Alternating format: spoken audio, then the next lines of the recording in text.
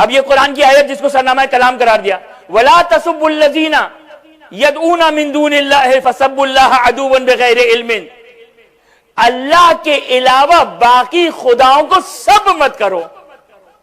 توجہ کیجئے گا، بس آپ کی زحمتوں کو تمام کرو، آج مجھے زیادہ ٹائم نہیں لینا ہے. قرآن کیا کہہ رہا ہے؟ اللہ کے علاوہ باقی خداؤں کو سب نہ کرو. بس کہا مولانا ثبت المطلوب، بات واضح ہو گئی. قرآن کہہ رہا ہے بھائی اللہ کے علاوہ کسی کو بھی سب نہ کرو. اللہ تو واضح ہے، اللہ یعنی باقی جو خدا ہیں، لوگ جو باقی خداؤں کو پکارتے ان کو سب مت کرو. تو قرآن کہہ رہا ہے سب مت کرو.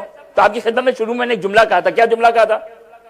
کہ قرآن کی اس آیت سے تمسک کرنا، قرآن کی اس آیت کو لے کر آنا ایسا ہی ہے جیسے کوئی کہے کہ وَلَا تَقْرَبُوا الصَّلَاةَ. قرآن کہہ رہا ہے نماز کے قریب مت جانا. نہیں، پوری آیت کو پڑھیے. قرآن کہہ رہا ہے وَلَا تَقْرَبُوا الصَّلَاةَ وَأَنْتُمْ سُكَارَىٰ، جب تم حالت نشے میں ہو تو نماز کے قریب نہ جانا. یہ بھی آیت یہی کہہ رہی ہے. توجہ کیجئے گا. اب دیکھیں میں فقہی اور اجتہادی گفتگو نہیں کرنا چاہتا کہ یہ جو آیت ہے وَلَا تَسُبُّوا الَّذِينَ، یہ قرآن کہہ رہا ہے کہ ان کے خداؤں کو گالی مت دو، سب مت کرو. یہ ایسا نہیں ہے، بلکہ در حقیقت اس کے پیچھے ایک فلسفہ ہے کہ خود اس فلسفے کو قرآن بیان کر رہا ہے. وَلَا تَسُبُّوا الَّذِينَ يَدْعُونَ مِن دُونِ اللَّهِ، اللہ کے علاوہ باقی خداؤں کو سب نہ کرو. کیوں؟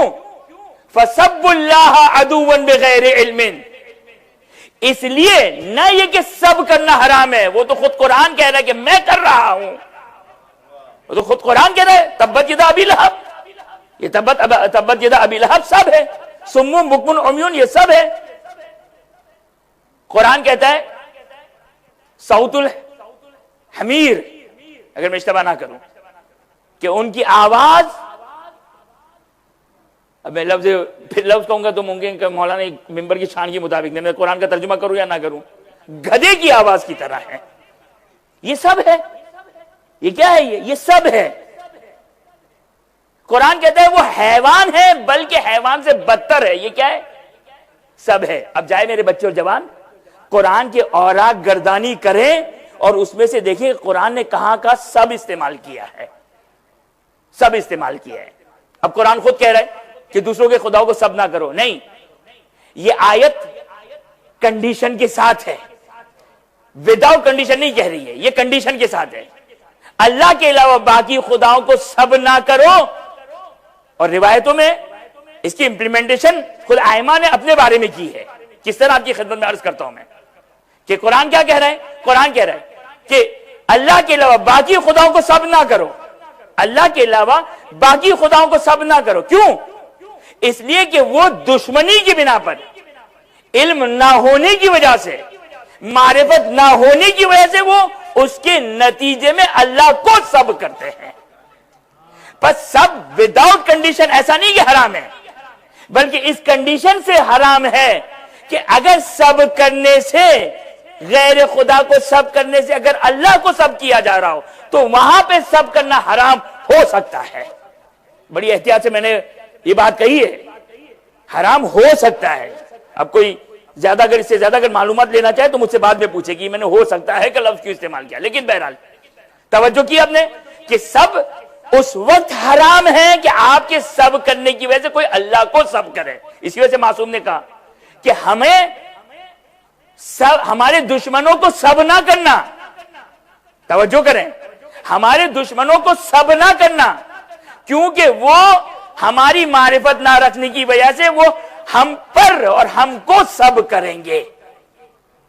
خوب، اگر نتیجہ یہ نہ ہو، آپ بیٹھے ہیں تنہائی میں اور دشمنان آل محمد کو سب کر رہے ہیں اور معلوم ہے کسی نامحرم تک آپ کی آواز نہیں جائے گی، کسی نامحرم تک آپ کی آواز نہیں جائے گی، آپ کو معلوم ہے، خوب سب کیجئے.